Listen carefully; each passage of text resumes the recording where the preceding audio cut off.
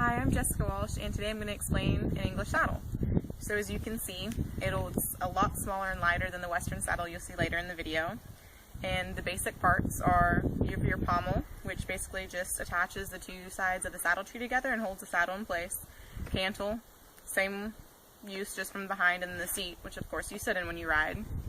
Then here are the stirrups. So right now they're rolled up, but we'll go down. So there's one on each side, obviously, and they're just for balance.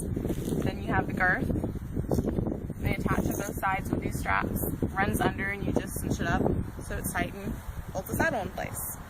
And those are pretty much the only parts. The difference from an English saddle to a Western saddle is you have the stirrup leather keeper, or in a Western saddle the full stirrup is underneath the fender so you don't see it. And the other difference is this knee pad, and it just gives you extra support since this is a dressage saddle. For more when you're doing like leg passes and any work with your legs, this is a little bit easier to grip on. And that's it for the English saddle.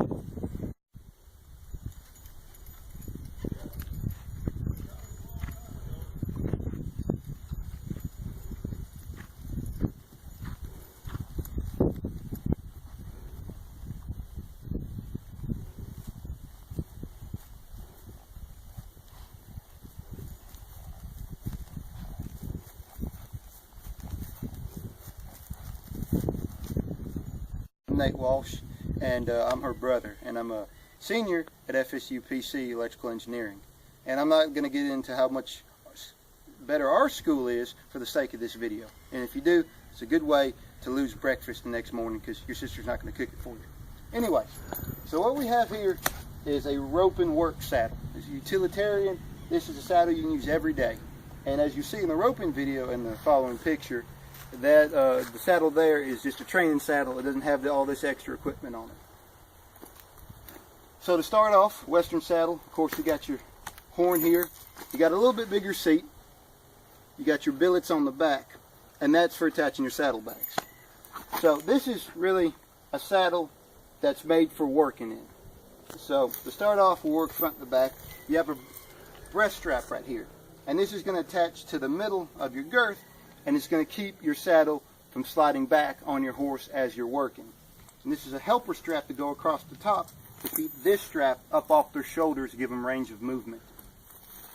So, and one thing you're not going to have on the English saddle is a little clip right here. Here's your girth. It's just to clip your girth onto when you're not using it. Comes in real handy. Now, this is your front girth. This is your back girth attached to your saddle by a billet strap that runs to this D-ring.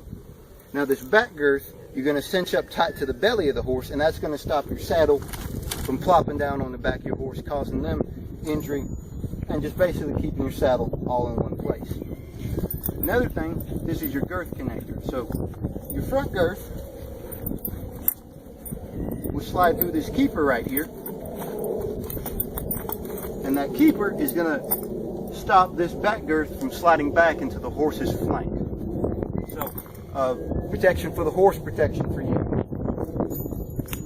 Another thing you're going to find on a working saddle is a little rope strap right here. So it's attached to the saddle. You got your rope. Make a few twists on it. Come up, and that attaches to your saddle horn. Keeps everything in place for you right there, handy to use. So on the back of the saddle here, which is something else you're not going to find on an English saddle, you got straps. And these little piggin straps right here is what you're going to connect your saddlebags to. On each side. Keep your saddlebag nice and locked in position. That way anything you need to carry out there, anything for your horse, water, anything like that, it's right back here, easy to use. So as you see, there's a lot of more hardware, more attachments with this saddle, but that's what makes it a better work saddle. Okay, so as we explained in the earlier video, we went over some key points of the saddle, the Western saddle, and so one of the main features, of course, is your horn right here. And what this really comes into importance is when you got a dally after you've thrown your loop and caught your animal.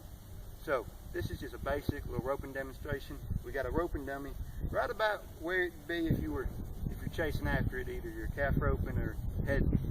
So we're just gonna throw a loop on this dummy right here, and then we'll just exhibit how you dally on the horn.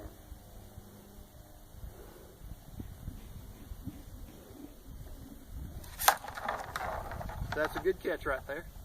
So what you're going to do now is pull tight, and when you dally, you want to have your thumb up. If you put it in here, that when that rope catches the end of the line and goes slack, cut off your thumb if you're not careful. So you got your thumb up, and all you're going to do is once, twice, and right here to your belly button. And that right there is a good pull. You got your thumb up to your belly button, your horse is going to turn away and break that steer over.